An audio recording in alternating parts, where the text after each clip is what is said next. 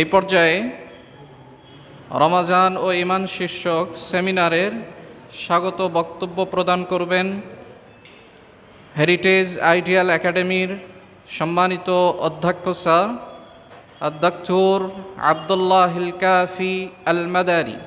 আমি স্যারকে তার মূল্যবান বক্তব্য রাখার জন্য বিশেষভাবে অনুরোধ করছি।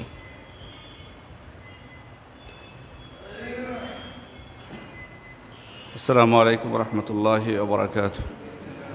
আলহামদুলিল্লাহি রাব্বিল আলামিন ওয়াসসালাতু ওয়াসসালামু আলা রাসূলিহিল কারীম, আম্মা বা'দ। হেরিটেজ আইডিয়াল একাডেমি কর্তৃক আয়োজিত রমাদান ও ঈমান শীর্ষক সেমিনার এবং ইফতার মাহফিলের সম্মানিত সভাপতি, আমন্ত্রিত প্রধান অতিথি, সম্মানিত আমন্ত্রিত প্রধান আলোচক, বিশেষ অতিথিবৃন্দ, সুধীমণ্ডলী এবং আমাদের প্রতিষ্ঠানের শিক্ষার্থী এবং অভিভাবক মণ্ডলী, আমরা আল্লাহ তাআলার শুকরিয়া আদায় করছি তিনি আমাদেরকে পবিত্র এই রমাদান মাসে উপস্থিত হয়ে দ্বীনি বিষয়ে কোরআন সুন্নাহ থেকে কিছু আলোচনা শোনার এবং গুরুত্বপূর্ণ ইবাদত সিয়াম, এই সিয়াম, প্রতিটি সিয়ামের সমাপ্তি হয় ইফতারের মাধ্যমে। সেই সকলে একত্রিত হয়ে ইফতার করার তিনি আমাদেরকে তৌফিক দান করেছেন, আমরা তারই শুকরিয়া আদায় করি আলহামদুলিল্লাহ।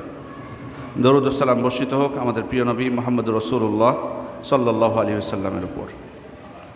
সম্মানিত উপস্থিতি, আজকে আমার আলোচনার আমি দীর্ঘায়িত করব না, কারণ আমাদের দুইজন গুরুত্বপূর্ণ অতিথি মেহমান আছেন, তাদের আলোচনা শুনবো এবং আপনারা অপেক্ষা করছেন এবং অনেক দূর থেকে এসেছেন অনেকে ওনাদের আলোচনা শোনার জন্য।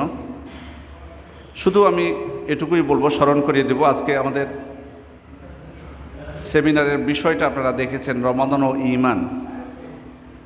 রমাদানের যে সিয়াম আমরা পালন করি, এই সিয়াম শুধুমাত্র ইবাদত হিসেবে গণ্য করলে চলবে না।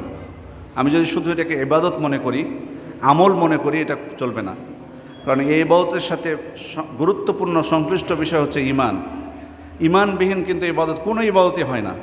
আর বিশেষ করে রমাদানের কথা যখন বলতে যাব, রমাদানের সিয়ামের কথা, তখন আল্লাহ রাসূল সাল্লাল্লাহু আলাইহি ওয়াসাল্লাম স্পষ্টই বলেছেন, মান সামা রমাদানা ঈমানান ওয়া ইহতিসাবান। ঈমানের সাথে সওয়াবের আশায় স্পষ্টভাবে বলে দেওয়া হয়েছে। সিয়াম যদি পালন করি তাহলে আমার পাপ মোচন আল্লাহ তাআলা করবেন, গুনাহ খাতা মাফ করে দেবেন। তাহলে ঈমানটা অত্যন্ত গুরুত্বপূর্ণ বিষয়। এবং এর সাথে আরেকটা গুরুত্বপূর্ণ বিষয়, সেটা হচ্ছে আখলাক, উত্তম চরিত্র। এটাও কিন্তু সিয়ামের অন্যতম লক্ষ্য, তাকওয়া অর্জন। তাকওয়াটা আসলে কি? তাকওয়াটা হচ্ছে আল্লাহ তাআলা আমাদেরকে যেগুলো আদেশ করেছেন সেগুলো মেনে চলা, যেগুলো নিষেধ করেছেন সেগুলো থেকে বিরত থাকা। তাহলে সে তাকওয়া যদি আমরা অর্জন করতে চাই, আমাদের চরিত্রকে উত্তম চরিত্রের অধিকারী হতে হবে। এই জন্য আল্লাহ রাসূল সাল্লাল্লাহু আলাইহি ওয়াসাল্লাম স্পষ্টই বলেছেন, মান লাম ইয়াদা কাওলা যুরি ওয়াল আমালা বিহি ফালাইসা লিল্লাহি হাজাতুন ফি আন ইয়াদা তাআমাহু ওয়া শারাবাহু। অর্থাৎ যে ব্যক্তি কওলু যুর পরিত্যাগ করতে পারলো না, মিথ্যা কথা, মিথ্যা কাজ, অনর্থক কথা, অনর্থক কাজ পরিত্যাগ করতে পারলো না, তার পানাহার পরিত্যাগে আল্লাহ তাআলার কোনো প্রয়োজন নেই। তাহলে সম্মানিত উপস্থিতি, আসুন যে প্রথমত আমাদের ঈমানটাকে আমরা সঠিক করি, আকীদাকে বিশুদ্ধ করি, সিয়াম পালন করি এবং আমাদের আখলাককে সুন্দর করি। তবে আমার ঈমানটা অন্তঃসারশূন্য হবে না, আল্লাহ তাআলার কাছে গ্রহণযোগ্য হবে, যথার্থ হবে। তাহলে আমি সিয়ামের এই যে কষ্ট করে থাকি আমরা ফজর থেকে সন্ধ্যা পর্যন্ত, তাহলে আমার কষ্টটা এখানে যথার্থ হবে। যাই হোক, আমি আর লম্বা করছি না। আমি আল্লাহ তাআলার কাছে দোয়া করি, আপনারা যে কষ্ট করে এসেছেন, আপনারা যে আলোচনাগুলো শুনবেন, আমরা যে আলোচনাগুলো শুনবো, সেগুলো যাতে আমরা ভালোভাবে অনুধাবন করে সে অনুযায়ী আমরা আমল করতে পারি। আমাদের যাবতীয় আমলগুলো আল্লাহ তাআলা যেন কবুল করে নেন, আমিন।